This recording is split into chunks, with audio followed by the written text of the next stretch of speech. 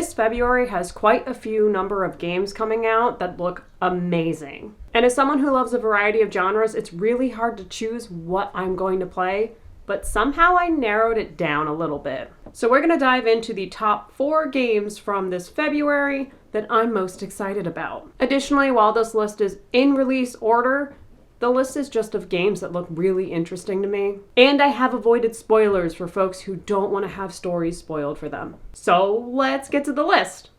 Our first game is Slime Heroes, and Slime Heroes can be described as a cutesy, Souls-like game. Yes, you heard me correctly that time. In Slime Heroes, you journey through a colorful world entrusted to a slime that is tasked to save it from a mysterious corruption. According to the description of this game, you'll explore the world either alone or with a friend.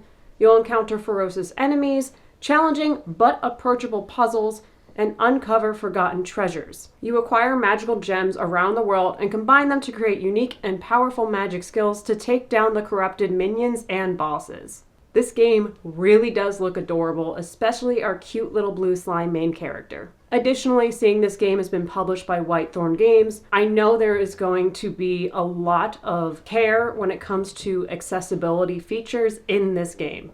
Currently on the website, you can actually see the list of accessibility features that they want to have in Slime Heroes, but keep in mind, they may need to be added in post-launch. We'll see when the game launches. Some of the features that they plan on including are difficulty modes. You'll be able to adjust individual aspects of the game mechanics. They're hoping to make sure you can remap the controls for a different controller. There will be subtitles and visual accessibility options, amongst other settings. Slime Heroes is being created by Pancake Game Studios and, as previously mentioned, published by Whitethorn Games. This game will be released on February 13th, which might make this a great Valentine's Day gift, for Steam, Nintendo Switch, and Xbox.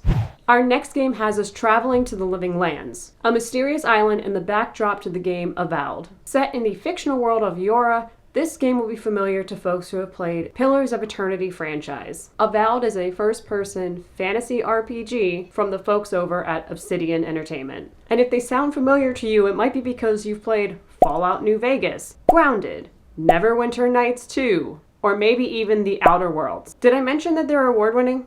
No? Well, they are. From what I saw in the game's description, you play as the envoy of Adir. Did I pronounce that correctly? Probably not. If you're upset about it, I don't know. There's a comment section. You've been sent to investigate rumors of a plague spreading throughout the Living Lands.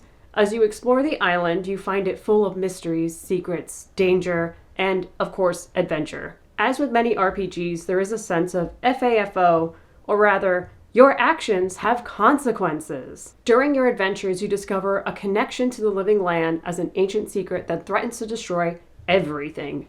It's up to you to save this unknown frontier and your soul from the forces threatening to destroy them. So why am I excited about this game? I grew up playing RPGs, and I love diving into different fantasy worlds. Plus, I'm super excited to learn about the different characters and the lore that this team has created. I'm also super excited to see what kind of weapon combinations there'll be, what kind of character I can build, especially since all I've seen is you can be very, very good, or you can be absolutely a jerk and be evil. And maybe this time I will forego being the good guy and just be a menace to everything and everyone. And also seeing it is a fantasy world, I'm interested in the kind of magic they're going to have in the game because I really like playing with magic. Speaking of the world, it looks gorgeous. I know I will quickly get lost in the landscape once we dive in and probably will forget to do story quests for a while. Avowed, as previously mentioned, is made by Obsidian Entertainment.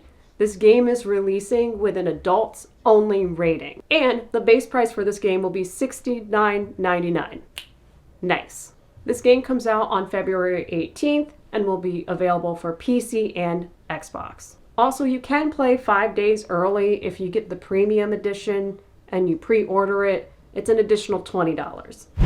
Our next video on this list is Die in the Dungeon. This game is an interesting take on deck building and roguelike games. In this game, your deck is not made of cards, but instead dice. You have to fight your way through a mysterious dungeon where you handle enemies by utilizing dice with different abilities like causing damage to enemies or healing yourself. You can boost their effects with magical relics, or you can change things up as you collect different dice. My inner dice goblin is so happy right now. So very happy. And as a bonus, you play as an adorable frog. Like, look at this little guy, he's cute. What a stinking little cutie of a frog, oh my god. Now, I can relax to a good deck building roguey boy game any day. And what truly excites me the most, besides it being a deck building roguey boy, is the dice. I am truly a dice goblin. I'm here for the dice. I also do enjoy the pixel art style of the game. I promise it's really not just the dice that I like about this game. And from the screenshots I've seen, I can tell there's a variety of different levels. So yeah, it's cute, it's a deck building roguey boy, it's a little bit different than your regular deck building roguey boy, and the art's nice. 3 quality reasons to say, hey, I like this game. Die in the Dungeon is being developed by Attico Games.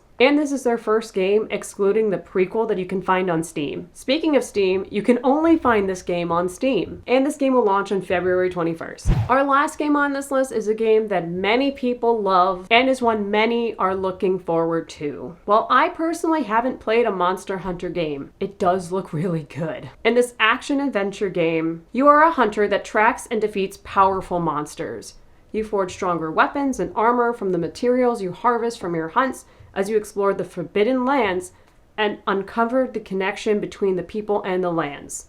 There may be a theme here between a few of the games where there's corruption and forbidden lands or lost lands. I don't know why, just kind of noticed the theme while recording. What makes this game so interesting to me is in the description on Steam. Written in there, they describe a world that changes constantly, from the weather abruptly changing to perilous and plentiful seasons. This game looks like it's one where you have to adapt frequently to the monsters that you fight, and the monsters you fight will also be adapting frequently.